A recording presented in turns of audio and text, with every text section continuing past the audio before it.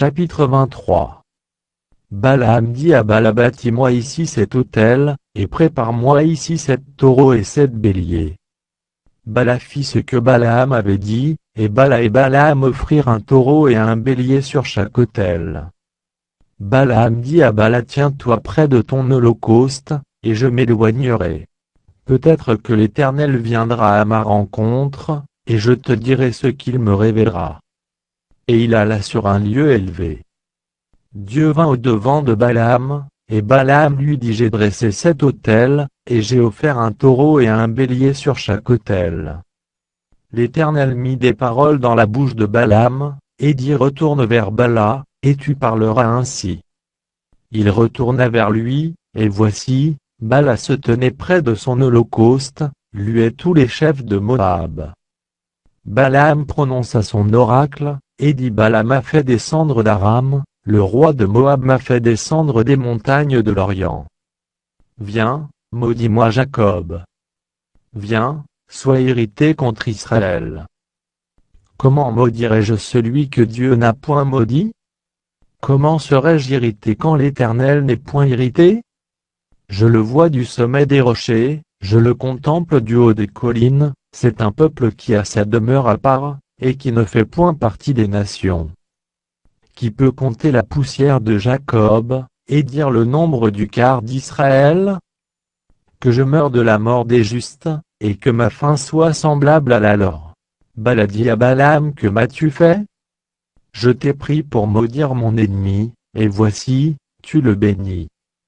Il répondit, et dit: n'aurais-je pas soin de dire, ce que l'Éternel met dans ma bouche?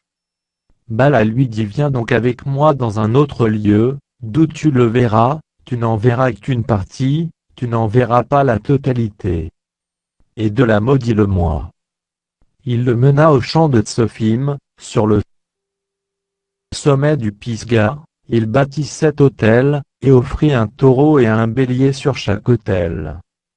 Balaam dit à Balak: tiens-toi ici, près de ton holocauste, et j'irai à la rencontre de Dieu. L'Éternel vint au-devant de Balaam, il mit des paroles dans sa bouche, et dit: retourne vers Balak, et tu parleras ainsi. Il retourna vers lui, et voici, Balak se tenait près de son holocauste, avec les chefs de Moab. Balak lui dit: qu'est-ce que l'Éternel a dit? Balaam prononça son oracle, et dit: lève-toi, Balak, écoute. Prête-moi l'oreille, fils de Tsippor.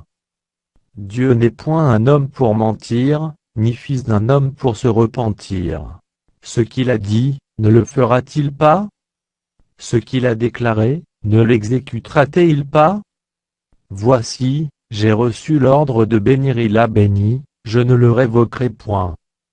Il n'aperçoit point d'iniquité en Jacob, il ne voit point d'injustice en Israël, l'Éternel, son Dieu, est avec lui, il est son roi, l'objet de son allégresse.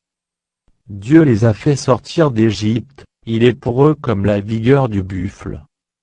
L'enchantement ne peut rien contre Jacob, ni la divination contre Israël, autant marqué, il sera dit à Jacob et à Israël quelle est l'œuvre de Dieu. C'est un peuple qui se lève comme une lionne, et qui se dresse comme un lion, il ne se couche point jusqu'à ce qu'il ait dévoré la proie, et qu'il ait bu le sang des blessés. Balak dit à Balaam: ne le maudis pas, mais du moins ne le bénis pas. Balaam répondit, et dit à Balak: ne t'ai-je pas parlé ainsi, je ferai tout ce que l'Éternel dira? Balak dit à Balaam: viens donc, je te mènerai dans un autre lieu, peut-être Dieu trouvera-t-il bon, que de là tu me maudisses ce peuple. Balaam mena Balaam sur le sommet du port, en regard du désert. Balaam dit à Balak: bâtis-moi ici cet autel, et prépare-moi ici 7 taureaux et 7 béliers. Balak fit ce que Balaam avait dit, et il offrit un taureau et un bélier sur chaque autel.